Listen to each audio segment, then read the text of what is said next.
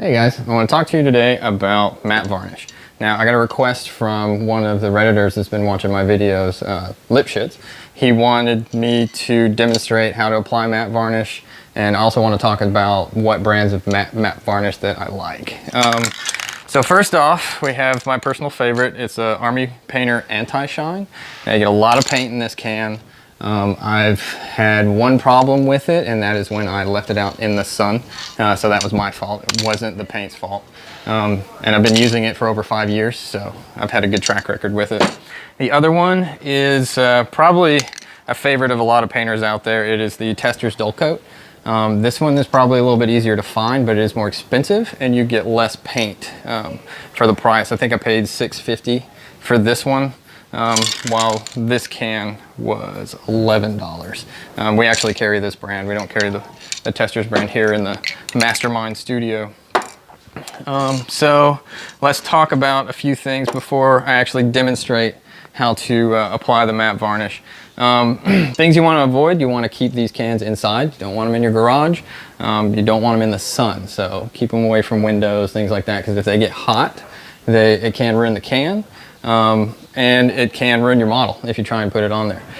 If these aren't available locally and you get them shipped to your house, I would recommend not applying them immediately out of the box, because if that box was in the sun or it was in a cold truck while it was being shipped and you take it out of the box and immediately spray your models, you might mess up your models. So let's go ahead and start with, I'm going to use this can because I'm more familiar with it. I use it more. I'm going to show you how to apply matte varnish. So two things you want to avoid, or two reasons you want to avoid spraying the model directly, just nailing it with spray, is one, there's dried paint on the end of this. And when you spray, you're going to get little crystals that appear on the model, little white flecks, and you don't want that on your paint jobs. Secondly, you can't control how much paint is going to come out as soon as you pull this. So if you start on the model, you don't know how much matte varnish you're going to get on it.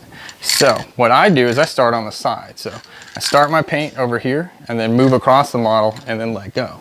I'm going to demonstrate that for you real quick. So test spray and then across the model. Now you might wonder why I'm so close to the model.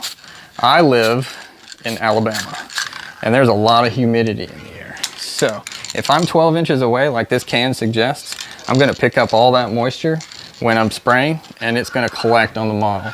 And if you've ever seen matte varnishes or people posting pictures of models that have gotten crusty, that's one of the reasons that they could be having problems with their matte varnish, is because they're too far away and that paint is drying in the air before it gets to the model.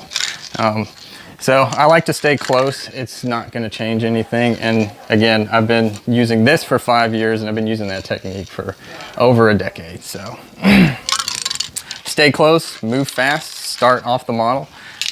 If you're unsure about your paint, you can always spray a surface. If you see it change color, get lighter, or turn white, don't use the can, because that will happen to your model. You can always use a test model or a piece of sprue as well if you want to be outside. Same thing, just test your model. We have the luxury of being in a studio. That's why I'm painting inside today.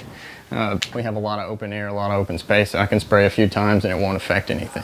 If you're having to spray outside, wait till you got a good day to do it. Don't do it in the cold.